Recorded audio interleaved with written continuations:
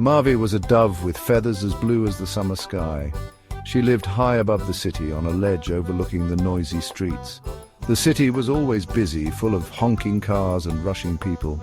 But Marvi longed for peace and quiet. She would sit on her ledge and watch the clouds drift by. She dreamed of green fields and gentle breezes. Marvi wished for a friend who understood her, a friend who loved peace as much as she did. One day Marvi saw a boy in the park below. He sat on a bench, his head bent over a book. He seemed so peaceful, so different from the rushing crowds. Marvi flew down to get a closer look. The boy looked up and saw Marvi. He smiled and offered her a piece of his bread. Marvi, touched by his kindness, took a small bite. This was the beginning of a beautiful friendship. Every morning the boy would come to the park. He would sit on his bench and read his book, and every morning Marvi would fly down to greet him. She would perch on his shoulder and eat crumbs from his hand. They didn't need words to understand each other. The boy found comfort in Marvi's quiet presence. Marvi found warmth in the boy's gentle touch. They shared a bond of friendship, a silent language of love. The boy loved to watch Marvi soar through the air. He admired her beautiful blue feathers and her graceful flight. He would tell her stories about faraway lands, places of peace and beauty. Marvi listened intently, her small head cocked to one side. She would close her eyes and imagine the places he described. In her heart she knew that the boy understood her longing for a world beyond the city. One day the boy didn't come to the park. Marvi waited and waited, but he never appeared. She flew to his window and peered inside. The boy was lying in bed, pale and still. He was very sick. Marvi's heart filled with worry. She had to do something to help her friend. She flew back to her ledge and searched among the stones.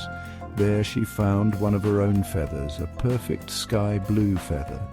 Marvi carried the feather in her beak and flew back to the boy's window. She gently pushed the window open with her head and flew inside. She landed on the boy's bedside table and left the feather beside him. The blue feather seemed to glow with a soft light, a beacon of hope in the quiet room. Marvi knew that her feather was a symbol of their friendship, a reminder that she was there for him, even in the darkest of times. Days turned into nights, and still the boy lay ill, but the blue feather remained by his side. It reminded him of Marvi, of their peaceful mornings in the park, of the silent language of love they shared. One morning the boy opened his eyes. He felt a little stronger, a little more like himself. He looked at the blue feather and smiled. He knew that Marvi had been there, watching over him. The boy slowly recovered. Soon he was well enough to go back to the park. He sat on his bench and waited, hoping that Marvi would return. And return she did. Marvi swooped down from the sky, her blue feathers shining in the sunlight. She landed on the boy's shoulder, and he gently stroked her head. Their reunion was filled with unspoken joy, a testament to the power of friendship and love.